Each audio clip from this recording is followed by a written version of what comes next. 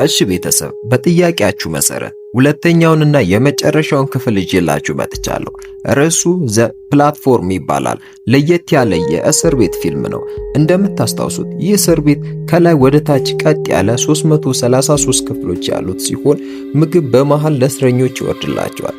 በዚህ ጊዜ ግን የዚህ እስር ቤት አሰራር ተቀይሯል። እያንዳንዱ እስረኛ ወደ እስር ቤቱ ሲገባ እንዲቀርብለት የሚፈልገውን ምግብ ራሱ ይመርጣል። ከዚያም መብላት የሚችለው ያንን የመረጠውን ምግብ ብቻ ነው። ነገር ግን ሁላችንም እናውቃለን ምን ሊፈጠር እንደሆነ።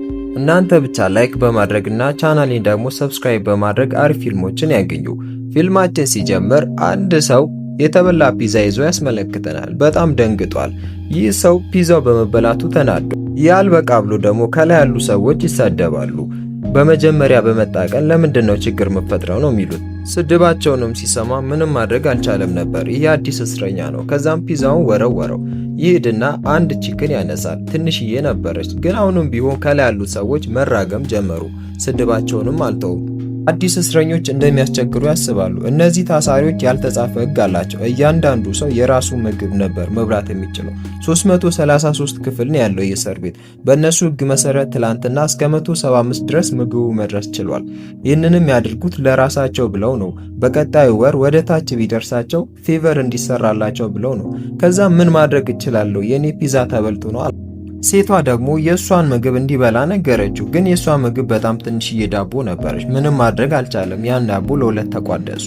ከዛ ምግቡን ማክበር እንዳለበት ከላይ ያሉ ሰዎች ይነግሩታል። ምግቡ ለእያንዳንዱ ሰው ታቅዶ ነው የሚመጣው።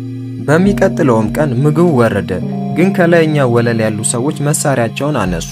ከዚያም ፕላትፎርሙ ላይ ያለውን ሰው መደብደብ ጀመሩ። ይህንን ሲያዩ ከታች ያሉት ወንድና ሴት ምን እየተፈጠረ እንደሆነ አያውቁም። ነገር ግን አልጋቸውን ሰበረችና እሷም መሳሪያውን ይዛ ቆመች። ምንም ማድረግ አይችሉም። ከዚያም ምግቡ ሲደርስ ያስደነገጣቸው ነገር የሞተ ሰው ላዩ ላይ አለ።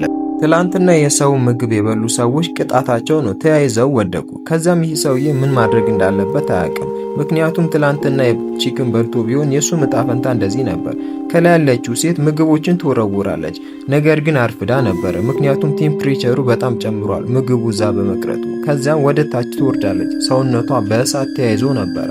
ሊያድኗት ሞከሩ፣ ነገር ግን ምን አይነት አይደለም፣ በጣም አርፍደዋል። ወጣቱ እስረኛም ነገራቸው ምግቦችን ከወለሉ ላይ ቶሎ ብለው ወደ ታች እንዲያወርዱ፣ ምክንያቱም ይህን ካላደረጉ ቴምፕሬቸሩ በጣም ይጨምርና እነሱም ይቃጠላሉ። ከዛም መላጣው ሰውዬ ለሁለት ቀን አልበላውም ብሎ ማማረር ጀመረ። ፒዛዬን ፈልጋለሁ አምጡልኝ ይላቸዋል። በዚህ ሁኔታ ውስጥ አሳበዳቸው። የሚቀጥለው ቀን ያስደነገጣቸው ነገር ፒዛው መጣለት ማንም ሳይነካ። ከዛ ራቡን አስታገሰ። በጣም ተደስቶ ነበር። የታሰረውን ሰው ራሱ እያስቀናው ነበር። ነገር ግን ደነገጠ። የሞተችውን ሴትዮ ምግብ ሊበላ ሲል አይቻልም አለው። ሕጉን መጠበቅ አለብህ፣ የሰው ምግብ አይቻልም ብሎ መድፋት ጀመረ። በጣም አናደደው። ይሄ ወጣቱ እስረኛ ግን በጣም ኃይለኛ ሰው ነበረ። ሕግ ነው አለው። የሞቱ ሰዎች ምግብ አይበላም፣ የእያንዳንዱ ሰው ይደፋል። ከዚያም ወደ ታች ወረደ። ታች ላሉ ሰዎች ለምግባቸው ሊፋለም፣ ለነዚህ ደግሞ ሕጉን እንዲያከብሩ አስጠንቅቋቸው ወረደ። ሁለቱ ሰው የሞቱትን ሰዎች ምግብ እየደፉ ነበር። 181ኛ ፍሎር ላይ ደረሳች። 181ኛ ፍሎር ላይ ደግሞ አንዲት ምግብ አትመጣም። እያንዳንዱ የሚመጣው ባዶ ብርጭቆና ሳህን ብቻ ነበረ። ከታች 333ኛ ወለል ላይ ያሉት ሰዎች ምን ያክል እንደተራቡ ማንም ሰው አያውቅም። ከነዚህ ሰዎች በታች ያለው እስረኛ ዝም ብሎ ይለፈልፋል። ሞኝ አትሁኑ፣ ፍቅር እዚህ የለም ነው የሚለው። ይህ ሰውዬ ያበደው 165ኛ ወለል ላይ ለ25 ቀናት ያለ ምግብ ከቆየ በኋላ ነው። ስንት እብድ አለ ባካችሁ። ወፍራሙ ሰውና ሴቷ ከመራባቸው የተነሳ ቅዠት ውስጥ እየገቡ ነው። መዳፉን ላይተር ላይ አድርጎ ቆዳውን ያቃጥላል። የተቃጠለ ስጋ ሽታው አየሩን እስኪሞላው ድረስ ራቡም ያስታገስበት መንገድ ነበረ። ይህን ስታይ ፈጥና ሄዳ አስቆመችው። ምክንያቱም እንደዚህ ማድረጉን ከቀጠለ እሱም በስሎ መሞቱ ነው። 180ኛ ወለል ላይ ናቸው። ምግብ ደግሞ የሚወርደው ከአንደኛ ወለል ነው። እናም እዚህ ሲደርስ ድራሹ ይጠፋል። እረ እንደውም ሳህኑ ላይ ሚላስ ነገርም እንኳን አይታይም። ነገር ግን ታስቦ የተዘጋጀው ለ33 ሰው ነው። ሕጉን በማይከተሉ ሰዎች ምግቡ ይጠፋል። 169ኛ ወለል ላይ ያሉት ባዶ እጃቸውን ይቀራሉ። በአይነ ስውር ሰው የሚመራ ቡድን አለ። ሕግ አስከባሪ ናቸው። ሕጉን ያላከበሩት አስከፊ ቅጣት ይቀጣሉ። አይነ ስውሩም ሰው ሕጉን ባለማክበሩ ነው አይኖቹን የሚያጣው። አሁን እሱ እዚህ አለቃ ነው። ብዙ አስከፊ ነገሮችን አድርጓል። ሕጉን ያላከበሩት ላይ ከላይ ያሉት ማሾካሾክ ጀመሩ። ይህ ወፍራም ሰውዬ ባለፈው ወር 24ኛ ወለል ላይ ነበረ። የሌሎቹ ምግብ በልቷል እያሉ ከሰሱ። ሰውየው ግን ለራሱ በራብ ሊሞት ነው፣ ጨንቆታል፣ ዝም አላቸው። ነገር ግን እሱ ያውቃል ሕግ አስከባሪዎች ደህና አድርገው እንደሚቀጡት፣ ከመጡ ደግሞ ለሷም ይተርፋል መዘዙ። ስለዚህ ራሱን በእሳት አቃጠለ። እሷን አደጋ ውስጥ መክተት አልፈለገም። በሱ ምክንያት እንድትሞትም አልፈለገም። እሷ ስትነቃ ራሷን ያገኘችው 51ኛ ወለል ላይ ነበር። አብራ ያለችው ደግሞ አንድ እጅ የሌላት ሴት ናት። እላይና ታቹን ስትመለከት አዲስ ናት ብላ አሰበች። ስለዚህ የእስር ቤት ሕጉን ነገረቻት። ከአንድ በላይ ምግብ እንዳታነሳ ደግሞ በጥንቃቄ ነገረቻት። ነገር ግን ወዲያው ጩኸት ሰሙ። 54ኛ ወለል ላይ ያለው ሰው ሁለተኛ ላይ ነበረ። እናም የሰዎችን ምግብ እንዳሻው ሲበላ ቆይቷል። በጣም ራስ ወዳድ ነው። አሁን ደግሞ 54ኛ ላይ ተመድቧል። አብሮት የታሰረውንም ሰው ደበደበ። ጭራሽ እስኪያስታውከው ድረስ ነው የሚበላው ይላሉ። እንዲህ አይነቱ ደግሞ ለሁሉም ሰው ችግር ይፈጥራል። ታዲያ እንደዚህ ከበድ ያለ ነገር ሲገጥማቸው አይነ ስውሩ ሰው ነበረ ቅጣቱን የሚቀጣው። ነገር ግን እኔ ወርጄ ካልቀጣው አለች። ቀበጠች። ለሞተው ጓደኛዋ ለመበቀል ብላ ነበር። የተራበው በእነዚህ ስግብግቦች ምክንያት ነው ብላ ታስባለች። የአልጋውን ብረት ይዛ ወደታች ለሁለት ወረዱ። ሌሎቹም ወንዶች አብረው ወረዱ። 54ኛ ወለል ላይ ሲደርሱም ተደባደቡ። በቁጥር ስለተበለጡ ከሃዲዎቹ እጅ ሰጡ። አንዱን ግን በሕይወት ተው። ምሕረት እንዲያደርጉለት ለመናቸው። ነገር ግን እድሉን ሲያገኝ ምግቡ ላይ ዘሎ ተቀመጠና ወደታች ወረደ። ሕጉን ስላላከበሩ ሽልማት የሚጠብቃቸው መስሏት ነበር። ነገር ግን አይነ ስውሩ ሰው በቀጣዩ ቀን ሲመጣ ከባድ ስህተት እንደሰሩ ገባች። ኃላፊነት ሳይሰጠው ሕጉን ያስከበረ ከባድ ቅጣት መቀጣት አለበት አለ። ወንጀል ከሰሩም በላይ ከባድ ቅጣት ይጠብቃቸዋል። አንዳንዱ ዋሽቶ ከቅጣት ለመትረፍ ሞከረ። ነገር ግን የማይታሰብ ነገር ነው። አንደኛው እስረኛ የሴቶቹ ሚስጥር አወጣ። የማምለጥ እቅድ እንደነበራቸው ተናገረ። ማታ የተኛ መስሏቸው ሲያወሩ ነበረ ስለማምለጥ። ነገር ግን አልተኛም፣ ሲሰማቸው ነበር። እኔንም ሊወስዱኝ ነበር አለ። በጭራሽ።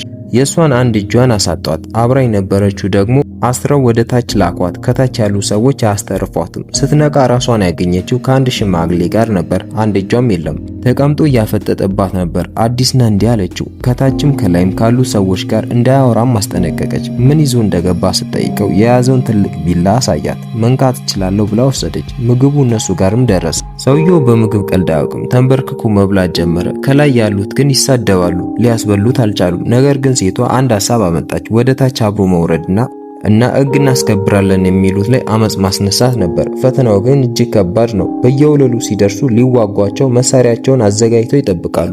ረጋ ብላ ታሳምናቸዋለች። አሁን ብዙ ሆነዋል። ነገር ግን ራቡ ሊገላቸው ነው። የሆነ ጩኸት ሰሙ። አይነ ስውሩ ሰው ቡድኑን ይዞ እየመጣባቸው ነው። ብዛት አላቸው። ገና ከርቀት መፍራት ጀመሩ። እያንዳንዱ ሰው የራሱ መሳሪያ አለው። አይነ ስውሩ ሰው አንድ ወለል ሲቀረው ቆመና ማስጠንቀቂያ ሰጣቸው። መጀመሪያ ምንም አይነት ምግብ እዚህ እንዳይደርስ አድርጋለሁ። በራብ ስትሞቱ ደግሞ መጥቼ እጨርሳቸዋለሁ አለ። ነገር ግን እጅ መስጠት ትችላላችሁ፣ አሁን ተጠቀሙ አላቸው። እነዚህ ሰዎች ምንም የሚሰሙት አይደሉም። እንዲያውም ያንተን ሰዎች እንጨርሳለን ብለው መለሱለት።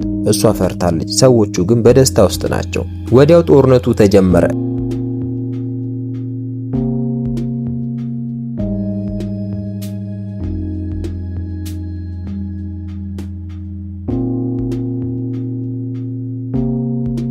እያንዳንዱ ሰው ሌላኛውን ይገድላል እንጂ የተራቡ እንኳን አይመስሉ። በመጨረሻ ግን ሕግ አስከባሪዎቹ ተሸነፉ። አይነ ስውሩ ሰው በኃይለኛ ተጎድቶ ብቻው ቀረ። ለሱ ምሕረት አላደረገችም። በመጨረሻ ለማምለጥ አንድ እቅድ አወጣች። ከሬሳዎች ጋር ተመሳስሎ መውጣት። ሌሊት ላይ የእስር ቤት ሰራተኞች ሬሳዎችን መሰብሰብ ጀመሩ። ተመሳስላ ገባች። ነገር ግን አንድ ትንሽ ልጅ 333ኛ ወለል ላይ አዲስ እስረኛ ሆኖ ሲያስተኙ ታየች። አዘነችለትና እሱን ይዛ ማምለጥ ፈለገች። ይዛው ልትወጣ የሚሄደው ድንጋይ ላይ ተቀመጠች። እየወጣች ግን ከታች ሌሎች ያገኟታል። እሱ መሄድ ይችላል፣ አንቺ ግን በጭራሽ አትሄጂም አሏት። ለሕፃኑም ስትል ራሷን መስዋዕት አደረገች። ፊልሙን በዚህ ይጠናቀቃል። አዳዲስ ፊልሞችን ለማግኘት ላይክ እና ሰብስክራይብ በማድረግ ቤተሰብ ይሁኑ።